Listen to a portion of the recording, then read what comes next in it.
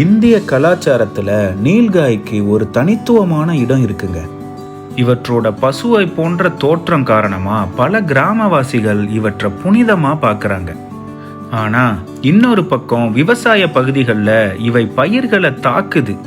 குறிப்பா கடுகு, கோதுமை, பருப்பு வகைகளோட விவசாயத்துக்கு இவை அச்சுறுத்தலா இருக்குங்க. இதனால விவசாயிகளுக்கும் இந்த விலங்குகளுக்கும் இடையே ஒரு மோதல் போக்கு ஏற்படுதுங்க. இந்த விலங்கு பல நூற்றாண்டு காலமா இந்திய மக்களை ஈர்த்து வருது. இதுக்கு சான்றா இவற்றோட பழைய ஓவியங்கள் திகழுதுங்க. இவற்றோட பழமையான ஓவியம் 1580களில் வரையப்பட்ட ஒரு ஓவியம். இந்த ஓவியம் முகலாய மன்னர் அக்பரோட சேகரிப்புல இருந்த ஒரு ஓவியம். இந்த ஓவியம் ஒரு பூங்காவில் பல விலங்குகளையும் காட்டுற மாதிரி அமைஞ்சிருக்கு. அதுல ஆண் மற்றும் பெண் நீல்காய்களையும் காட்டுதுங்கிறது தான் கூடுதல் சிறப்பு. இதே போல் 1620களில் ஓவியர் மன்சூர் அவர்களால் வரையப்பட்ட ஓவியம் தான் பிரத்யேகமா நீல்காயை சித்தரித்து வரையப்பட்ட முதல் ஓவியங்க. இது முகலாய மன்னர் ஜஹாங்கீர் காலத்துல அவருடைய விலங்கியல் பூங்கால இருந்த நீல்காயை வரைஞ்சதா குறிப்பிட்டிருக்காங்க.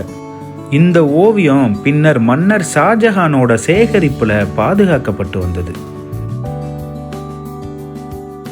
மேலும் 1650களில் பெயர் தெரியாத ஓவியர் ஒருவர் வரைந்த ஓவியத்துல ஆண் மற்றும் பெண் நீல்காய்களை அழகா சித்தரிக்குதுங்க. மேலும் 1640ல் ஷாஜஹானோட மூத்த மகனான தாராசிகோ ஒரு நீல்காயை வேட்டையாடுறது போல வரையப்பட்ட மற்றும் ஒரு ஓவியம் ரொம்பவே பிரபலங்க. இது தவிர நிறைய முகலாயர்கள் கால ஓவியங்கள்ல நீல்காயை பார்க்கலாங்க.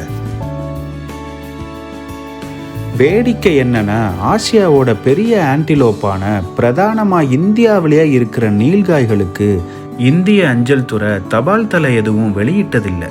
மாறா இந்த விலங்குகள் இல்லாத நாடுகளான மால்டோவா மற்றும் வடகொரியா இவற்றுக்கு தபால் தலையை வெளியிட்டு கௌரவிச்சிருக்காங்க. IUCN பட்டியல்ல இவை குறைந்த கவலைக்குரிய விலங்கா, அதாவது லீஸ்ட் கன்சர்ன்டு ஸ்பீசிஸ்னு வகைப்படுத்தப்பட்டிருக்கு. இன்றைய நிலைமையில இவற்றோட எண்ணிக்கை நல்ல நிலையில இருக்கு. இதுக்கு காரணம் இவற்றோட பரந்த வாழ்விடம், சூழ்நிலைக்கு ஏற்றாற் போல வாழக்கூடிய தன்மை மற்றும் இவற்றோட உணவு பழக்கம். இந்த வீடியோ பிடிச்சிருந்தா கீழே இருக்க லிங்கை கிளிக் பண்ணி இதனுடைய முழுமையான வீடியோவை பாருங்க. மறக்காம நம்ம சேனலுக்கு சப்ஸ்கிரைப் பண்ணி உங்களுடைய ஆதரவை கொடுங்க.